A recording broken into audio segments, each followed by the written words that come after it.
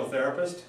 Hi, I'm Brad Heineck, as in high neck, and I'm a physical therapist as well. And I was just reading this book on bicycling. It's got some really interesting articles in there, Bob. You may want to look at that. I may. What we're going to talk about today, by the way, Brad, is, as you already know, but they don't, is we're going to talk about some cross training. I recently was having trouble, or I am still even having trouble with a quad injury, and I feel it when I'm running. And running, as you know, is an exercise where you're really pounding. You're really putting a lot of weight bearing through the limbs and a lot of stress on the muscles. And if you have an injury, it's hard to recover from it unless you either rest or do something that does not put stress on it.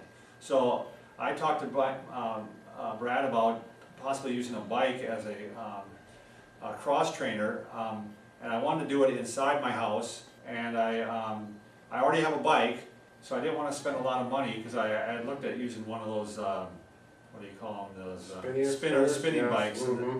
To get a decent spinner, you're going to spend a lot of money, but Brad had mentioned this trainer. What Right, you call it a trainer, right? I'll let you go ahead. Sure. So Bob brought that up to me, and right away I thought, he's got a bike already, he's looking for a stationary bike. He's looking at saving some money. The trainer right here is absolutely the answer. I've been using this one for about 6 years in the wintertime. Of course, in the summertime, I'm an avid biker, so I'm outside as much as I can be. So it's a wonderful setup. It's convenient, easy, and the cost is relatively cheap compared to, say, what Bob was saying, one of the Spinners. Actually, I used to teach that class at the YMCA. It's been about 6 years since I stopped doing it, but they're wonderful tools to use for aerobic exercise, but they are spendy and they're very heavy to move around. You're not going to get it up and down stairs by yourself, that's for sure. These are very, very convenient in that way as well. The next thing I want to talk about is some of the benefits that you're going to get from using, whether it's a stationary bike or using this setup, you know, endurance. You're going to get your heart rate up, cardiac benefits. You're going to slow your heart rate down at rest, and when you're working it, you're going to get your heart rate up and work your cardio and pulmonary system very well. The next thing is it's non-weight bearing. Bob talked about the pounding and the impact stresses on your body while you're running. Well, on a bicycle, you don't have that. You have the smooth circular motion of your legs, and there is no impact. And I think as you get older, Brad, I mean, more and more people are going to have to look at that. I mean, you can only run, I mean, you see a lot of people that can only run so long, and they hit a certain decade of their life, and it seems like they're going to have to start doing cross-training or they're going to run into injuries. Exactly. I had a knee problem about 5-6 years ago, and what I do, I just spent more time on the bike. I cut my running miles down, and it worked great to maintain my condition. Very good point.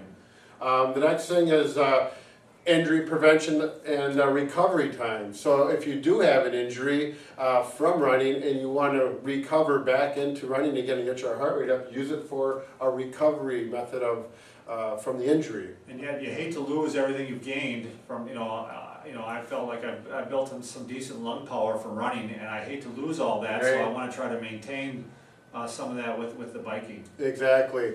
The other thing, if you've had an injury and you're recovering, even in people that have a total knee replacement, right now they're replacing knees. I had a patient just a few months ago. He was 45 years old, marathon runner, overdid it, blew his knee out, and they decided to do a knee replacement on him at age 45. And this is what he's going to use. I've actually brought this into the clinic, got him set up on his bike with it, and he's going to use it for range of motion with his knee initially, after 3 months after the surgery, and long term he plans on using it for that aerobic capacity, maintaining his condition, because he's not going to be a long distance runner anymore.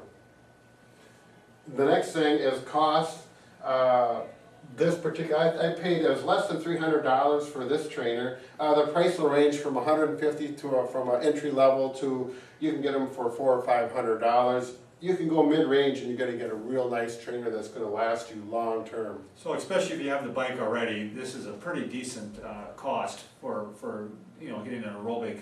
Oh, absolutely. Because you look at a treadmill, you're looking, I mean, to get a decent one, $500, $600, $700. You bet. How much Absolutely. And like I said, the spinners, the low end, I mean, unless you're going to get something so cheap that's just going to rattle around and break on you, you're looking at $600, $700, $800. so. And again, they're heavy. They And are they're- real yeah, heavy. yeah, So, So, all right, that's all I'd like to do now. Next, we're gonna look at how to set your bike up on here appropriately so that you can go ahead and start getting your heart rate up.